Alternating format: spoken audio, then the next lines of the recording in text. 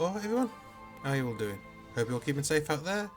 Today I'm taking a look at the McFarlane Toys Mandarin Spawn figure from their, well, I'm assuming is going to be their Spawn line. It's kind of a standalone figure, but it's really good. Just so you all know, I picked this brilliant figure up from the fine folks over at Comics and Cocktails. As always, I recommend these guys, free shipping in the UK. They seem to get these McFarlane things in really quickly. I mean, like, I've had a few McFarlane figures from them before people in the States have had them, so, yeah, really highly recommended. So yeah, let's look at the figure. As you can see, this is a beautifully painted and sculpted figure. Very stylish, very McFarlane, very Spawn. Before I get into more detail, just, you know, how I do things around here. Quick background of the character.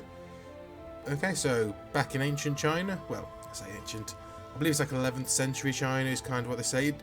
It was in an issue of Spawn. Spawn issue 165 is actually the first issue that the Mandarin Spawn appeared in.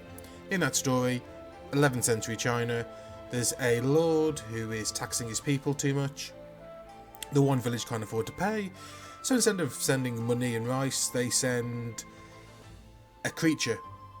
They say the child was born of a demon. It's quite clear, a very horrifically malformed and just twisted individual, well, physically afflicted individual, and they send it to the court, and it becomes the Lord's entertainment, really. Yeah, because unfortunately the poor fellow with his hideous appearance also can't feel any pain. So the Lord entertains himself by torturing the poor creature constantly, stabbing its hide, burning it, searing its flesh. Even his daughter, who is a right wrong'un, enjoys teasing the creature with, well, a rather tidy figure, to be fair. And yeah, the figure, sorry, the figure, it's in my mind, just look at that thing. Oh, the poor fellow lives a life of pain and suffering, until eventually, while having a competition to see who can put the most arrows into the creature, they hit the one spot of his body not covered by gnarled and painless flesh, and he dies. So the Lord loses entertainment, and what does he do? He sticks the body in a giblet. Was it a gorget? No, it's a giblet. He hangs the body outside for people to see, and a few months later, a stranger in rather large gold and red armour with black detailing turns up and says, I hear your lord's looking for troops. And the Lord says, oh, come in. But if you want to, it takes more than a flashy costume to impress me, try challenging one of my champions. Which the stranger does, by brutally slicing the man apart. This ingratiates himself strangely to the Lord, who invites him into a banquet, and as a show of skill, he draws his blade. He says, well, see, no blood on it. And they're like, well, why would there be blood? What have you cut? Well, I'll tell you what he's cut. He cut the head off of the daughter of the Lord who had teased him and tortured him for so long. And following that, he goes on to absolutely decimate, decapitate, and destroy everyone who works for the Lord. Everyone who'd tortured him, everyone who'd made his life suffering, he tore them apart. The only one he left alive was the court storyteller, who had befriended him, who had taken care of him, had fed him, who had been his only friend, and he left him as the only one alive, and as I said, he killed the rest. And apparently took the daughter down to hell with him to be his concubine. So, yeah, it turned out alright for him in the end. Yeah, you gotta admit, that's a bit of a dark story, but it's a kind of like from Spawn, from McFarlane. And as you can imagine back then, what did McFarlane do? He wrote comic books and created characters to sell toys, and then made a toy of the Mandarin Spawn, and it's considered one of McFarlane's best. It's not, like, very articulated, but sculpt-wise, paint-wise, design-wise, it was like the gold standard for what McFarlane could do, and it really still is. It's just so cool. This figure is a modern reinterpretation of it. Now what McFarlane's done, he's added in modern articulation, brought the price point down a fair bit, because this is like a £21, £22 figure, and you get your money's worth, folks. Just let me tell you, get your money's worth. Look at the sculpt on this thing. Every square centimetre this thing has got either leering demon faces, cherub faces, intricate detailing. I mean, just look at the face. Look at the face here. It is a wonderful demon mask Not exactly like it was in the comic book, but it's a great like reinterpretation of it. Look at those like ogre and demon faces in the armor. The garment itself looks really cool. It's really intricate, really well detailed. The only problem I have with this figure is it really needs a wash and a dry brush just to bring those details out like the classic one did. But all the detail and everything is there. But it's been sort of toned back a little bit in favour of, well, articulation. And this figure has some pretty decent articulation. I mean, I'm pretty sure most of us know the years of the Staction figures. The statues pretending to be action figures from McFarlane. But this has genuine articulation. It has universal shoulders, universal elbows, universal wrists. The hips are kind of restricted. There's no rotation of them as such. They go up. There's like a ball joint, but without a hip rotation, really. So, or a thigh rotation, I suppose. But it's workable. I do kind of miss it. I don't like some McFarlane figures. I'm not going to like cut it to put it in because I don't think it's got the same sort of internal joint system you can use to do that. But the articulation on it is really good. And yeah, it looks cool. The figure, as you can imagine, comes with some accessories.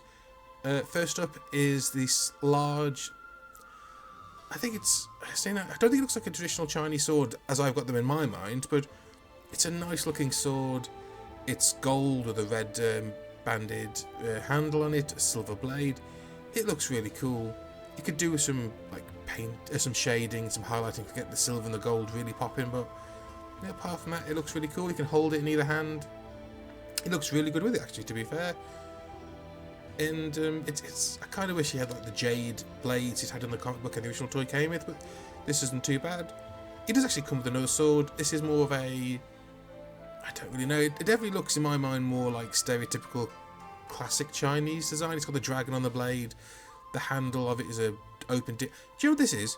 This looks like, if you remember watching Power Rangers back in the day, the Shogun Megazord had the blade and a sword that looked like this, or it might be the Ninja Megazord. No, Shogun Megazord had this as his blade. It looks really cool. As I said, it just needs more paint detailing to really bring out the details of the sculpt. And yeah, look, here, here's both weapons at once. You can hold them both at once, and they both look really cool. I kind of wish his articulation was a little bit better so he could better use them, but the shoulder pads get in the way a little bit of some of the posing you'd like to do with him. Those digidegrade knees are really cool, but they make balance slightly difficult without the little base he comes with, which is actually kind of cool. This is the first time McFarlane's released a figure with that little black base, which actually has the Spawn logo on it. The other Spawn figures that have come out have been in the Mortal Kombat line, so they've had the Mortal Kombat logo. This is the first one with the Spawn logo on it. That's actually cool. But yeah, he looks really good with both of them. You can articulate him with them, and there are some good poses you can get him into. Some martial arts, sword fighting poses. I mean, as long as you can get the balance right, he can stand, and you can get some good looks out of him. Thing is, though, I do like the figure. I wish I had some more details. I almost wish I could have added details myself. Oh wait, I did, didn't I? See, there's actually another version of this figure. There's a gold label version, which is like the McFarlane. They release extra versions of figures and like make them slightly harder to get, like put them to particular stores. But ironically, this version, which is the blue one, was actually out first. It was much easier to get, and I got mine first. So when this arrived, I took it apart and decided to paint it. I haven't like completely repainted it. I've dry brushed the black to bring out the sculpted details, dry brushed the blue, added silver edging where it's been needed, added washes to all the bone and like jade and ivory pieces. I think really helped pop the detail. Added little bits to the weapons as well, like made the gold more two-tone and added a verdigris, the greeny appearance you get in bronze and gold over time. I think it looks really cool. It adds to the Spawn look of the weapons. It has that green glow of Spawn energy. This figure itself, actually, by the way, is also really cool. It's like 90% the same figure, but it's got a different tabard and waist piece. It's got different weapons, as you can see. The shoulders are different. Rather than having the right shoulder have the giant horn spike on it, this one's got the left, and the face sculpt itself is different. It's an okay demon mask, actually. Rather interestingly, it has the classic Spawn logo on the middle of his forehead, which is kind of weird, but also works. Obviously, it's a Spawn. It's something you didn't really see in the classic figure, but it actually works right here. As I said, it comes with weapons. The weapons themselves are actually different. Oh, okay, one is different.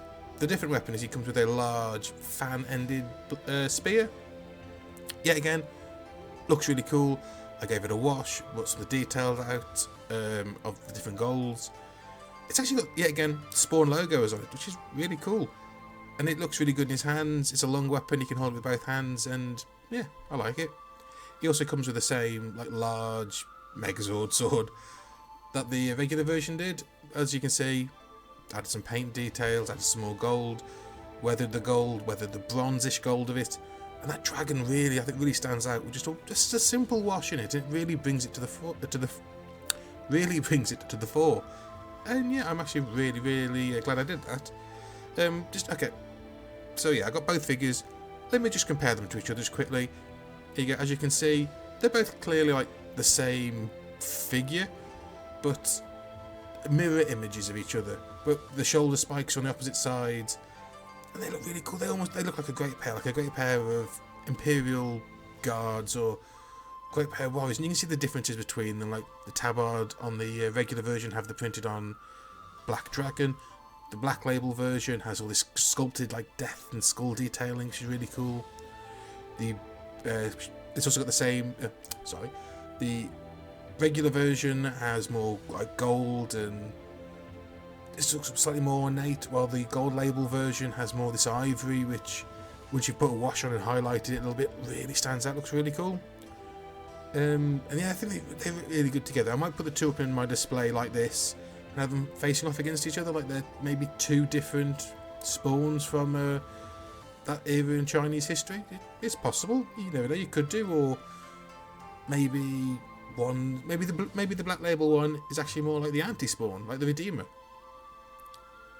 Yeah, that could work. I can imagine more as being like Heaven's Warrior if he didn't have the Spawn logo on his head. Then again, I could just put like a little cross across the Spawn logo, like the Redeemer used to have. It was just like the Ghostbuster symbol, but with Spawn instead of a ghost. Oh, the 90s were great. And speaking of Spawn, here he is next to the 20th century Spawn, the McFarlane Mortal Kombat 11 version. Looks really cool. They look good next to each other. Actually, you can see some of like the design similarities come across. They both got the Malbolgia M. Like the modern Spawn has it large on his like chest and body. The Mandarin one has it as like little neckerchief piece. Still looks really cool. They actually look really great together. And we might actually see this at some point relatively soon, because like 2021 is the year of Spawn, and McFarlane is bringing out loads of different Spawn comic books, including ones that have like different spawns from across different eras in time. And then like the current Spawn storyline, there's a whole thing about him accidentally bringing a bunch from a bunch of different spawns from the past into the present. So we might see the two of them tussle. That'd be really cool. Here he is next to the other McFarlane figure in my collection that isn't a Spawn, the Batman Who Laughs. It looks okay next to him. Yeah, it looks alright. You can see like no matter what McFarlane's doing, he puts a good level of sculpted detail and work into the figures. Here he is next to a Marvel Legends figure, in this case the Retro Spider-Man. And yeah, this is probably the first time you're going to see like the Retro Spider-Man cost more. Look at the size of this Mandarin Spawn. Like if they were real life, he'd probably be 7.5, nearly 8 foot tall. I mean, that's a lot of well sculpted, uniquely sculpted and painted figure. Actually slightly less, and yeah, I think you're definitely getting your money's worth here, especially when I compare it to this Spider-Man. It's definitely worth it. I highly recommend this figure. It's just so cool. It's brilliant. So yeah, okay, that's it.